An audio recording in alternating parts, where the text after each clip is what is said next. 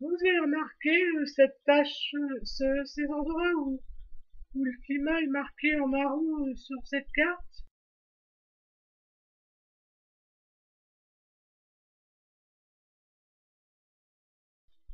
Ah oui, vous voyez, il y a une sorte de microclimat, c'est à l'extrême sud de la Bretagne, où le climat est classé sous la classification méditerranéen, et je vais vous le prouver. Voilà, c'est à peu près entre Pornic et Noirmoutier, tout ça. Mais en fait, c'est parce que l'été, il n'y a pas beaucoup de précipitations, et ça fait que sur les graphiques, il y a une sécheresse. Et aussi, en novembre, il pleut pas mal, donc ça permet d'avoir des critères pour rentrer dans la zone, même si les étés ne sont pas si brûlants que ça. En plus, l'ensoleillement annuel, il atteint des fois les 2300 heures. En gros, comme vous voyez là, le diagramme thermique de Pornic,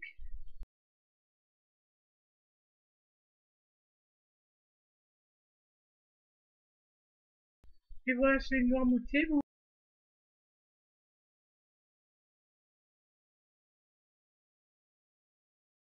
voyez bien que une zone rouge, et normalement, on la retrouve dans les climats méditerranéens. En fait, c'est comme dans le coin de Seattle et tout ça, et dans le coin, et à l'extrême sud de l'île de Vancouver, sur les côtes ouest, à certaines latitudes, à certains endroits, il y a une sécheresse estivale. Ce qui fait, par exemple, que les herbes sont jaunes l'été. Et au cœur de la baie ou Moutier, c'est là que les températures sont relativement les plus élevées,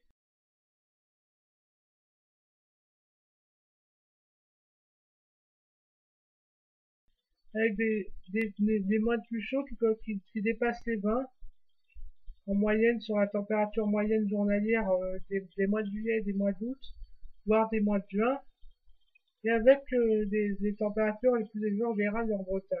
C'est aussi extrême sud, et voilà la preuve que tous ce coin-là est considéré sub-méditerranéen ou méditerranéen sur les classifications, parce que comme il y a plusieurs mois même, avec en général c'est de juin à août, avec les températures x2, la température moyenne x2 supérieure aux précipitations moyennes, et le plus humide est en général environ 3 fois plus pluvieux que le mois le plus sec, et en général c'est novembre, le mois le plus humide, et aussi il y a souvent, en général en août, il tombe moins de 30 mm en moyenne, même si dans la moyenne 80-2010, les précipitations estivales sont un peu plus importantes, comme vous pouvez le voir ici.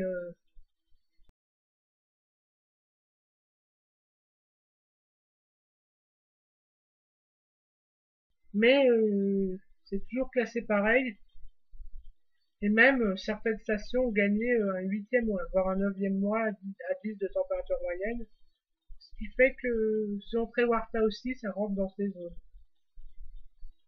On peut parler aussi de climat océanique, a été sec, a été un peu à sécheresse, un peu type méditerranéenne aussi, bien sûr, mais ce que je voulais dire, c'est que selon la classification, on est en CS et pas en CF. Même si parfois, le mois le plus humide n'est pas tout à fait 3 fois plus humide que le mois le plus sec. Mais bon, y a plusieurs villes méditerranéennes qui sont en vrai climat méditerranéen qui n'ont pas cette condition non plus. En tout cas, notamment en août, il y a une véritable sécheresse selon les moyennes. Quand tu as une température moyenne autour de 20 degrés, enfin journalière, et qu'il y a moins de 40 mm de précipitation, en général, on a même 25 mm à Noirmoutier sur 71-2000 en août, par exemple, et plus de 75 en novembre. Aussi, on peut noter l'ensoleillement. L'ensoleillement atteint les moyens sur 2004-2009 et plus de 2300 heures à Noirmoutier, et aucune année n'est inférieure à 2100 heures.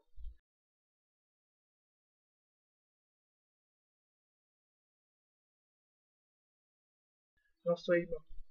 Ces valeurs sont donc plus élevées que Carcassonne, aussi élevées que Gérone en Espagne, et quand même moins élevées que la Côte d'Azur, que sur la Côte d'Azur, mais quand même bien plus élevées. L'endroit, c'est la valeur la plus élevée qu'il y a en dehors de la côte méditerranéenne. Enfin, sur le territoire en France métropolitaine.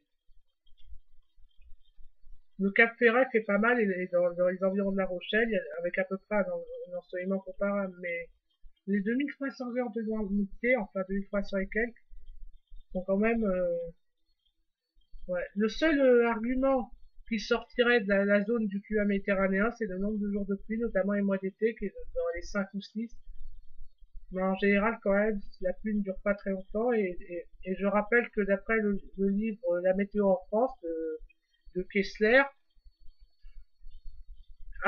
juste derrière Clermont-Ferrand, en dehors de la zone méditerranéenne, Nantes est la ville où le temps de pluie est le moins important sur une année, donc la deuxième ville en dehors de la zone des côtes méditerranéennes.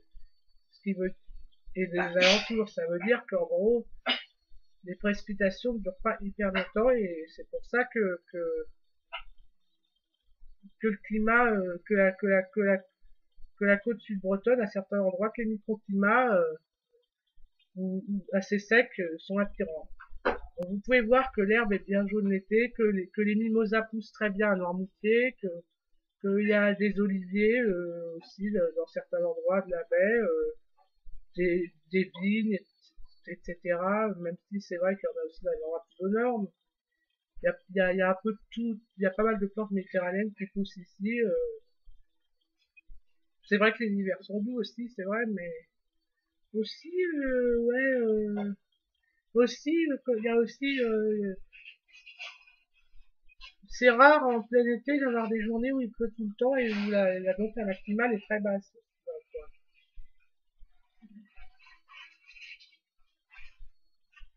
Mais en tout cas, voilà, je voulais vous montrer quand même qu'il y a pas mal de critères se rapprochant du climat méditerranéen. Même si le climat n'est pas totalement méditerranéen, le climat il ressemble. Il a certaines caractéristiques, et c'est pas non plus le climat océanique pur qu'on a à Londres ou à Bruxelles, où les précipitations tombent pareil toute l'année. Quand même 3 fois plus de précipitations en automne, dans certains mois d'automne, en moyenne que certains mois d'été, qu'en plein été, c'est quand même pas rien. Et même à Brest, par exemple, il tombe beaucoup moins de précipitations l'été que l'hiver. Mais bon, c'est quand même trop bien sûr. En tout cas, ouais, pour ça qu'on peut conclure que le climat de la mer Bourneuf peut dire que le climat ressemble au climat de la Méditerranée, ou que le climat est sud-méditerranéen, ça n'est pas du tout une aberration, c'est juste que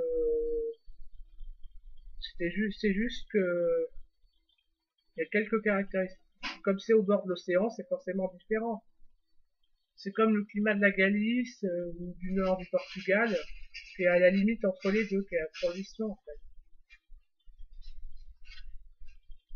Et comme je vous le dis, on retrouve ce climat vers Seattle, là de chez Nirvana et chez Jimi Hendrix. D'ailleurs, Seattle a une belle sécheresse estivale et un bon ensoleillement annuel, malgré le temps réputé gris. On dépasse les 2200 heures d'ensoleillement par an, il me semble, à Seattle, voire 2300. C'est à peu près comme Noirmoutier. Les étés sont pas si mauvais que ça, également.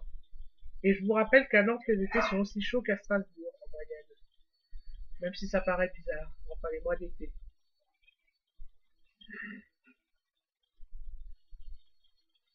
Mais bon, et à Pornic, donc aussi, à Noirmoutier aussi. Néanmoins, c'est pas de la même façon, c'est pas les mêmes chaleurs, c'est pas tout à fait pareil. Bon, je vous dis au revoir, et voilà la preuve que les gens qui nous disent que le climat est pourri en Bretagne, en tout cas, on peut se vanter d'avoir des zones où le climat, sur les classifications, sont méditerranéennes.